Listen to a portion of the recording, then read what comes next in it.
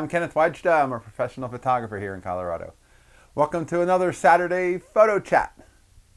So today I want to talk about going on a photo walk. So I'm not the most interested in going on a photo walk with other photographers because for me it's a solitary experience. If I'm with anybody else and I'm talking to them, then I'm not able to stay in that focus zone of making photographs. I've actually noticed that if I have even on a walk by myself, if I have earbuds in and I'm listening to music or I'm listening to a podcast, if I start to photograph anything, I have to rewind the podcast or the music because I'll have missed it, because I am not able to do two things at once. I can make photographs, but then I stop listening.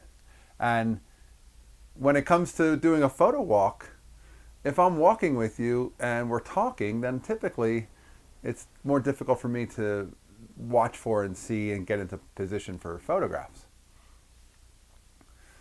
And also, if you go to photograph that thing, well, I don't want to go photograph that thing. You got it, and it's yours, and I don't want to just copy you. And so there's a point where photo walks don't always interest me, but I went on one recently. A couple of friends down in Denver met with me, and we went out for breakfast first, which is always a great start to a photo walk. Go out to a little diner and go get some breakfast together. And it's a place you can really talk because you're in a quiet, or maybe not that quiet, but you're in a place where you can actually, catch up, see what's going on and what you want to do on that photo walk. And you get a burrito. But then we walked probably 2 miles. We walked up Colfax Avenue in Denver, and really, we were walking along the road and we were walking down some side roads and through some alleys. And overall, those guys, both of them are the type that photograph small little details, something that's colorful or something that is a graphical shape. And they notice that stuff.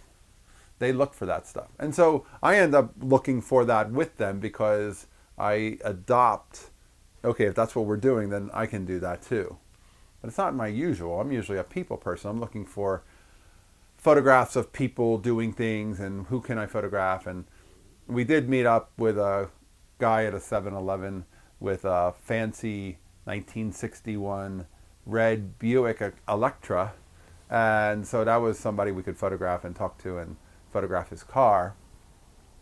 But a lot of the other things were just objects. And it was an interesting walk. It was certainly a fascinating way to watch other people work and see what they're pointing at that I would never think to shoot or want to shoot. And then when I see their photos, I'm like, oh, that looks pretty good. It works pretty good. We each had a film camera with us, and we each had a digital camera with us. And I ended up carrying a Nikon S4 rangefinder, but I also had the X100, only because I thought this is lightweight enough. I'll carry the film camera, and this will just be an extra thing. Maybe I'll use it. And I did use it, and it's pretty much all I used. Because this is such an amazing camera. This is the original X100. This isn't the later one. This isn't the second, third, fourth, or fifth version. This is the very first one. And a couple of years ago, I had gone to the local camera shop down in Denver, Englewood Camera, and digging through their junk box, I found this leather case that is like I thought it was a Luigi case, but it says Lopelle, P-E-L-L-E, but it says made in Italy. And it's a really nice soft leather case. And I really like it. And it's got an interesting feature in that it's got a snap-off back that you can take the back off if you want to get access to the screen. Hey, look, it's turned on. If you want to get access to the screen. But I don't take that off. I leave it on. And then it's a way that I can chimp. It stops me from even seeing my photographs. And I don't use the electronic viewfinder, I use the optical viewfinder. You have a hybrid viewfinder you can choose between. If I did want to chimp, it also is problematic because it doesn't quite fit. So if you look at the left side there, the buttons are all covered up by the ill-fitting camera case. So this must not be for the X100. It must be for maybe the S or the T or one of the other ones. But I like it on this one because it stops me from looking. So I spent the whole afternoon with my friends, and the whole time I photographed just trusting it and not looking. And no, I got it. Oh, I'm sure I got it. There's a focus aid. It's a plus sign that's in the center, and it shows where it's focused. And if it is focused at something distant, it won't move very much. But if it's focused at something close, like you're within a couple of feet of something, it'll jump a little. And that's to show you parallax. That'll show you the new center. Well, I could count on that as whether it got the right focus or not.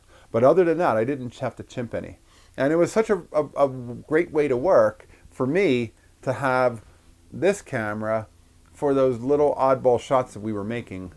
And then I could use them in my Roy Stryker project, certainly. But it wasn't, I learned long ago that I'm a street photographer that really wants to shoot more film, but I tend to shoot digital when I shoot street because I'm looking to kind of explore a lot of things and try a lot of things, and I don't want to commit the film to it knowing there's so much that I probably won't use. And this is a great go-to camera. I bought this so long ago and it just works. It's one of those things where people will say you need the latest and greatest. It's only 12 megapixels. How can you do anything with that? I'm sure I could print a 16 by 20 with that, and I'm never going to print a 16 by 20 with it. And it's a great form factor at a very low price. And when it comes down to it, we can sit on that place of watching all the new stuff come out and say it's pushing us back and making us feel like we can't do things. But I'm using a 12-year-old camera, 10-year-old camera, and there's no problem. And I made a gallery of those photographs that I created that day for the other photographers, and I'll put a link to it in the show notes so you can see it. And I think the photographs are wonderful. And I use one of them in my Colorado Faces street photography gallery. And that's the kind of thing where just because it's older camera doesn't mean you can't do great things with it. And just because the case is ill-fitting doesn't mean that that's not actually a bonus. And that worked out great for me. Little X100.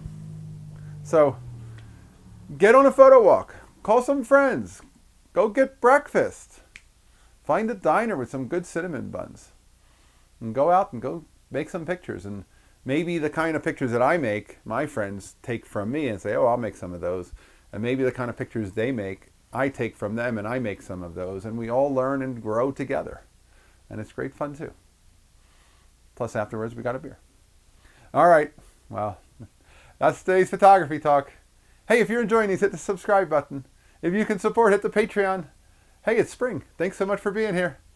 I'll be back next time. We'll talk photography. As always, here's the good light.